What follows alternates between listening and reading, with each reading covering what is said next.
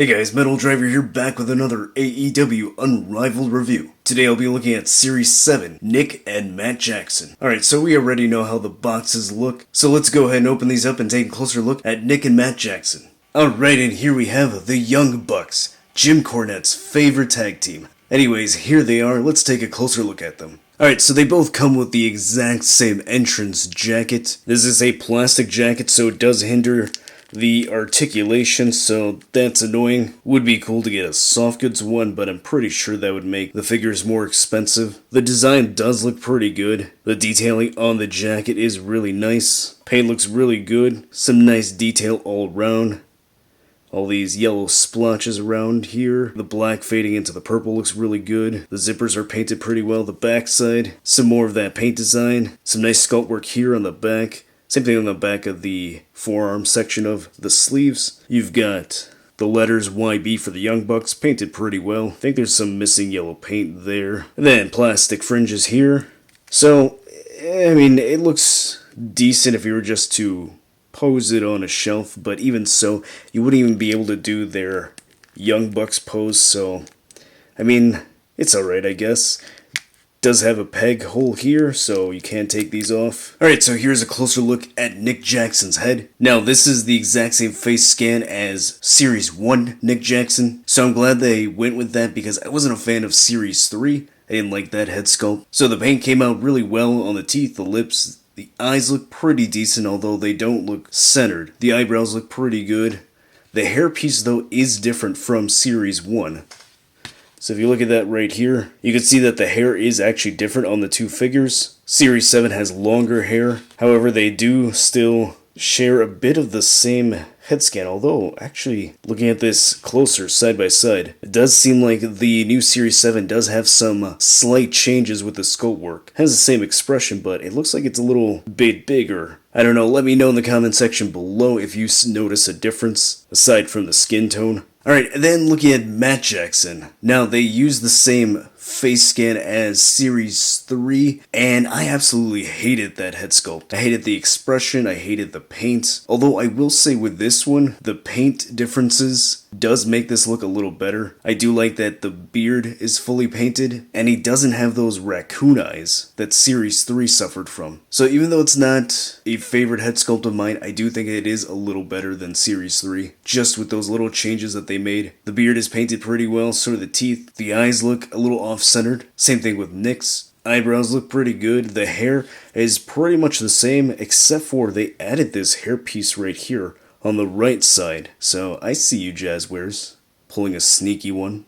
So if you look at that with the actual Series 3, you can see that he only has hair coming down on the left side, not the right. Whereas the new one has it on both, so they added that piece there. The upper body is the same on both figures, and the same on all the Young Bucks. Paint deco is exactly the same on both figures. The belts are painted pretty well. A little bit of fuzziness on Matt's belt. Nick's looks fine. The lettering on the Bucks here on the left side looks pretty good. Doesn't seem to be any major mistakes or sloppiness. Then getting another look on the other side here. Paint looks pretty good. The Y and the B looks good on the paint. Lettering looks pretty crisp and clean. And then here for the tassels around the boots, they went with a plastic design, which I like much, much better than Series 3. They went with these, I don't know what these are called. I don't know what kind of material this is, so if you know, let me know in the comments down below. But I don't like these because these ones broke off pretty easily and they would leave little sparkles all over my table, so I wasn't a fan of this. So I like how they went with plastic ones instead. They're painted decently enough. Alright, checking out Nick's articulation, which is pretty much going to be the same as Matt's. Head is on a ball joint and a hinge, goes that high up, that far down, so it is limited by the hair, and that's going to be the same issue with Matt's head sculpt. Shoulder goes that high up, it rotates all the way around, there is a bicep swivel. Double jointed elbows, swivel and hinge at the wrist, a ball joint at the upper diaphragm. He crunches that far forward, he goes that far back. He can turn side to side a little bit and pivot a little. Another ball joint at the waist, so he goes further forward, further back, and he can twist a bit. Ball joints at the hips, legs go that far out. They go that high up. There is a thigh cut, although it's a bit tight on mine. Yeah, this thigh cut's a bit frozen. but this one twists. So I'm gonna have to fix that on my own.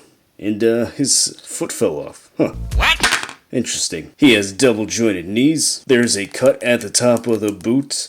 A missing foot. Let's see if we can pop that back in. Ankle has a hinge. It goes that far down, that high up. So very limited range due to this plastic piece down here.